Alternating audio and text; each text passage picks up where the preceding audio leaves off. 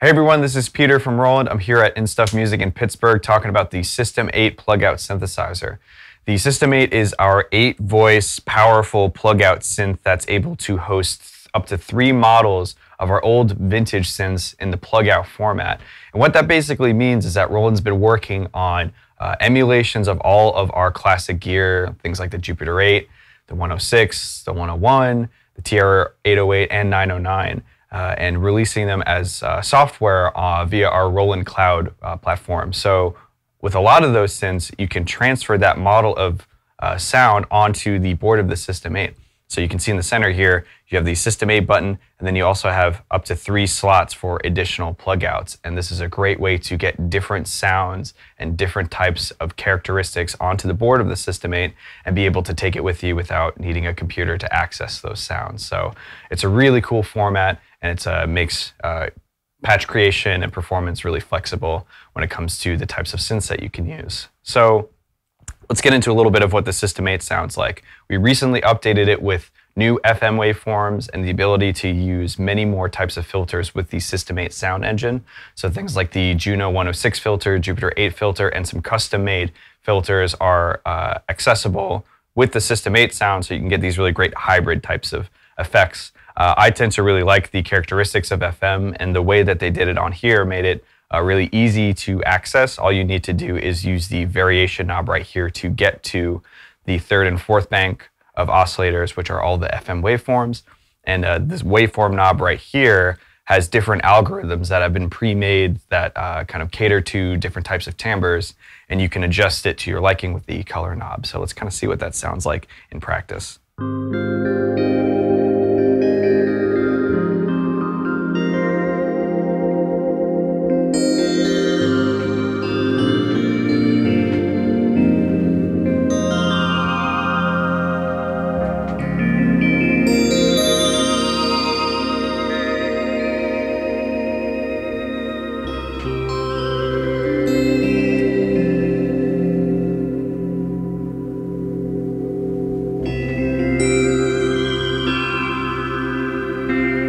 I can kind of change the timbre with the color knob, and I can also use different modulation sources to control that character change. It makes it really kind of flexible, and you can get some really nice nuanced sounds that way. But that's not to say that you can just make really pretty bell-like types of textures. So if I go to something that's more of like a bass type of sound, you can use these new oscillators to your advantage that way and get some really cool textures.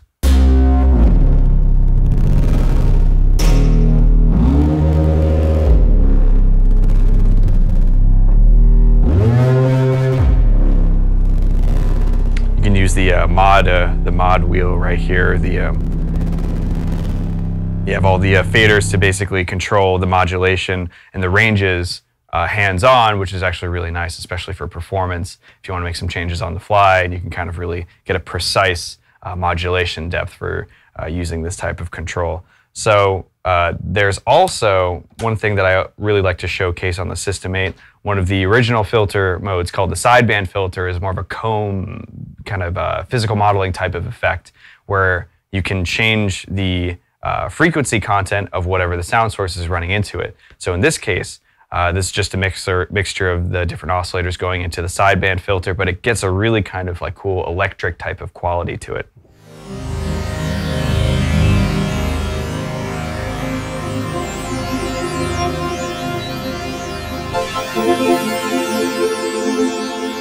And raising the resonance, I can get more of a subtle, stretched type of effect. And as I lower it, it kind of lowers that resolution, so it gets a little bit more animated. And then by changing the cutoff, I'll change the entire kind of frequency band bank around.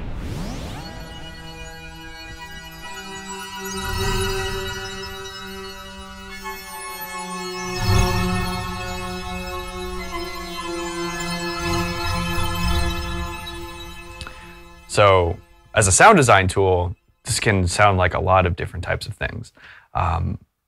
whether it's more kind of like a musical type of effect or something that's a little bit more of like a sound design for movies or video games, you have a lot of stuff here to play with, from just the FM waveforms to some of the really interesting types of filter banks. There's a ton of effects that you have on the back end as well. Different types of reverbs, delays, choruses, and distortions are also available to you. But say you want to be a little bit more of like if you're more of a vintage type of player and you really like the Jupiter 8 type of sound, this comes with the Jupiter 8 model loaded into it, in addition to now the other two, the 101 and the JX3P. So all you need to do is hit the first plug out button, and then you can get into the Jupiter plug out model, and you can see that all the controls are dimming to kind of emulate the styles that were, or emulate the controls that were on the original Jupiter 8. So that sounds super retro, and let's take a listen to that.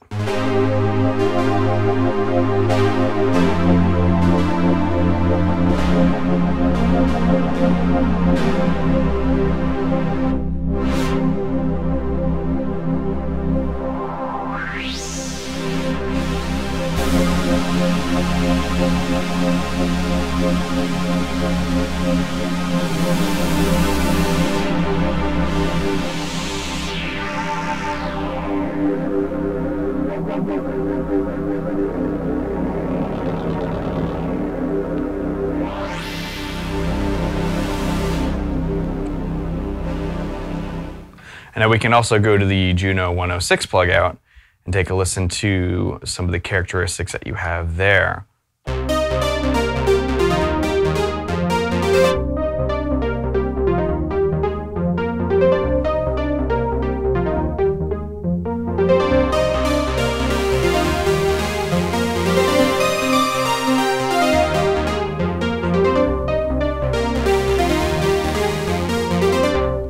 And then, I mean, it's also worthy pointing out that the 106 chorus has also been emulated, both versions of it. If you go into the first effect slot right here and change through the different effects, you can see that it says Juno Chorus 1, Juno Chorus 2. The depth knob controls the intensity, so if I wanted just more of a dry type of sound,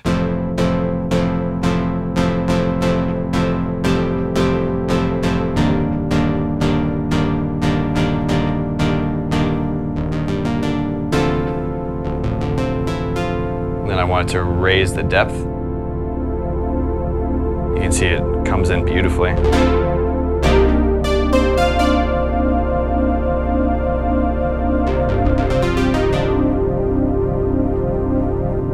can change the mode as well.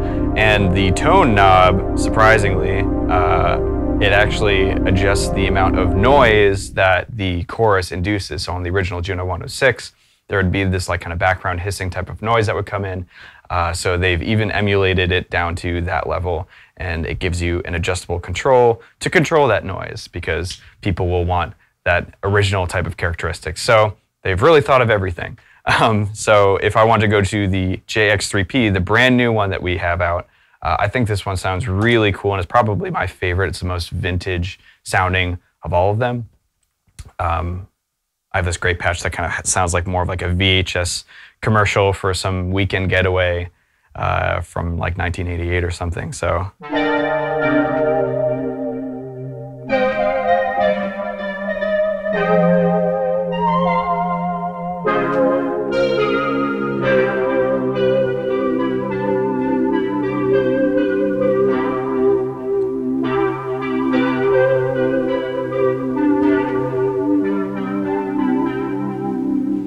So there's definitely that really pearly JX style filter at work there, and they've also emulated the chorus that was on the JX. And like I said before, I think to me personally this sounds the best. I think it sounds the most stylistically like that kind of time period.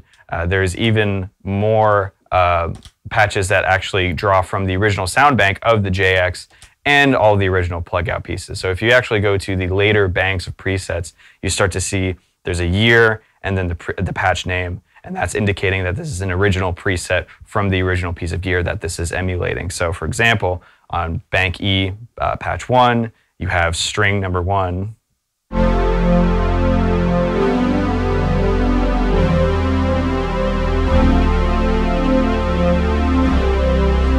sounds exactly like the original preset.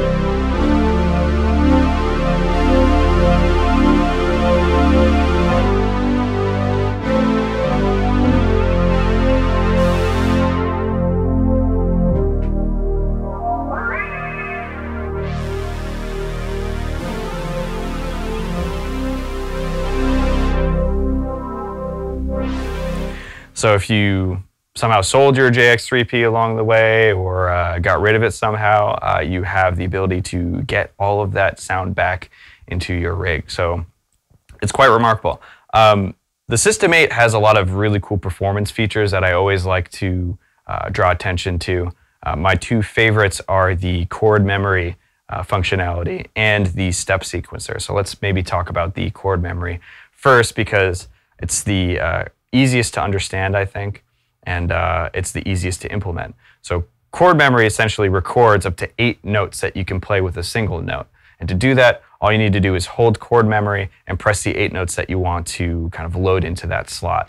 So let's pick a nice pad sound to use with the new SYSTEM-8 engine and try that out. So if I hold chord memory, I can map out up to 8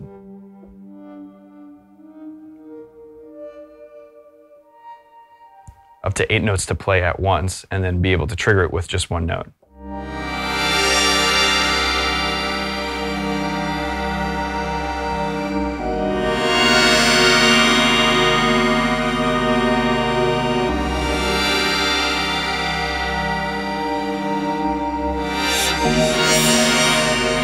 And I can get something completely different just by holding it and tapping out up to 8 notes again.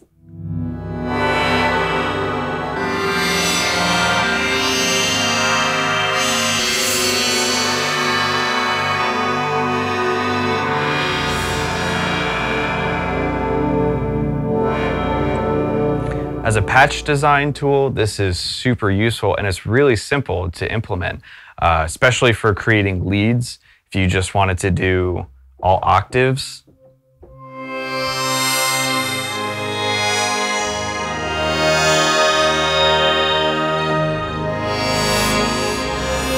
this is a really helpful tool for that, or pretty much any kind of chord-based type of sound that you want. You know, styles like Chicago house and other styles of electronic music have all these really great chord stabs, and I feel like you can get similar types of effect with the chord memory. It's super easy to use, and I always really like to call attention to that. So the next feature that I kind of want to showcase is the step sequencer. The step sequencer on this thing is probably Roland's most fun and easy to use sequencer that they've ever released, and they put it on an 8-voice polyphonic synth. And I feel like it's just so much fun to use, and it's really creative. So it's 64 steps total.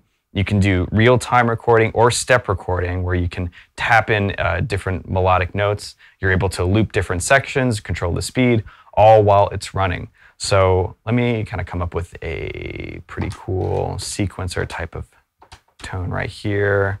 Start from scratch. And let's make the sequence length maybe 16 steps.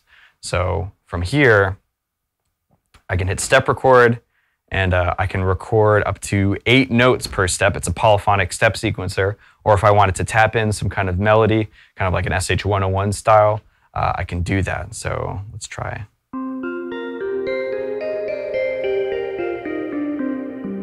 Something like that. So now if I hit start,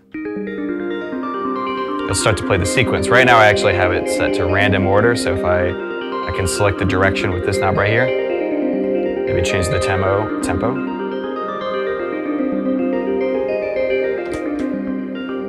And I can press the steps in time to mute them, bring them back in.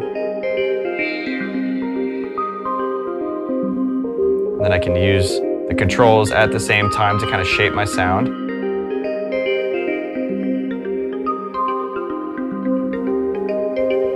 Then one of the cool things to do, more performance-oriented, is I can hold edit and then press a note on the keyboard. It'll transpose it down to that key.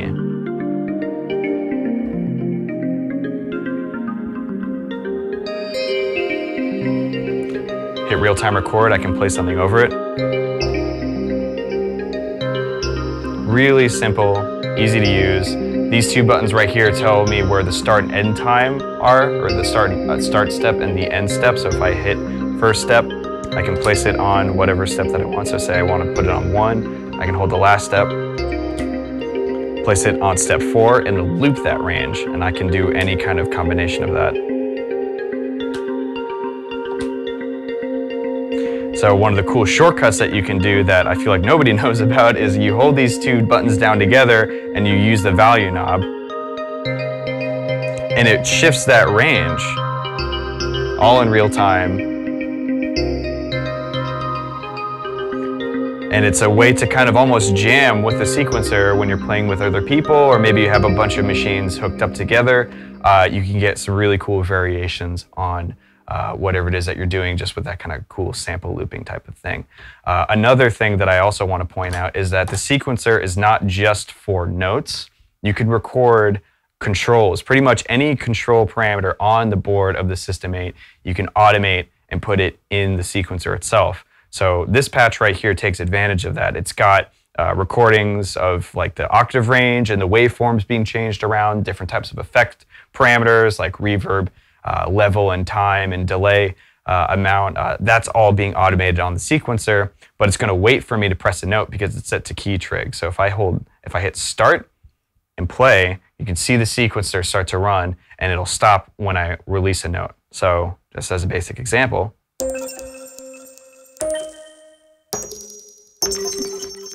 See, it's kind of changing the values of all these different types of controls that are on the board. And when you start to get more complicated,